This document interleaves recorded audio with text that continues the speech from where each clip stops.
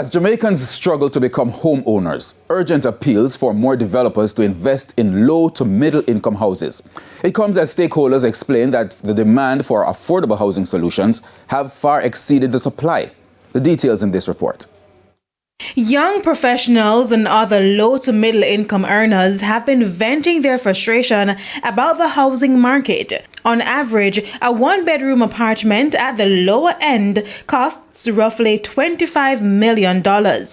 However, the challenge is many people only qualify for a $15 million mortgage, with a monthly payment of about $100,000 depending on the down payment.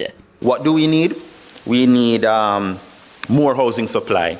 In 2021, the government announced plans to build 70,000 homes in 5 years, an initiative to bring more affordable homes to Jamaicans. But based on our math, that is going to require about $450 billion to build out. Let me repeat, 450 with a B. What that represents in 1 year of our budget, that's about a third of our budget. And even then, there is a huge gap of financing the government's ambition of about $300 billion. So this is where the opportunity lies. Speaking at the recent International Real Estate Conference in Montego Bay, St. James, General Manager at the Jamaica Mortgage Bank, Courtney Winter, said that's the reason why more developers should invest in affordable homes, meaning houses which cost between $10 and $15 million. The return on investment is somewhere closer to 21%.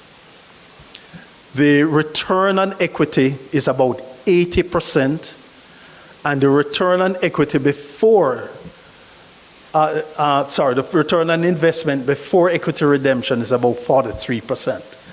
When we look across different sectors, there's not many sectors that are giving you that type of return. The National Housing Trust also agrees that more investors are needed to bridge the housing gaps.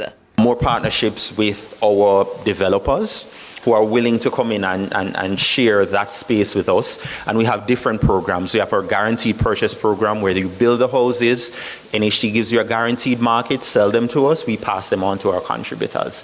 Kelisha Williams, TVJ News.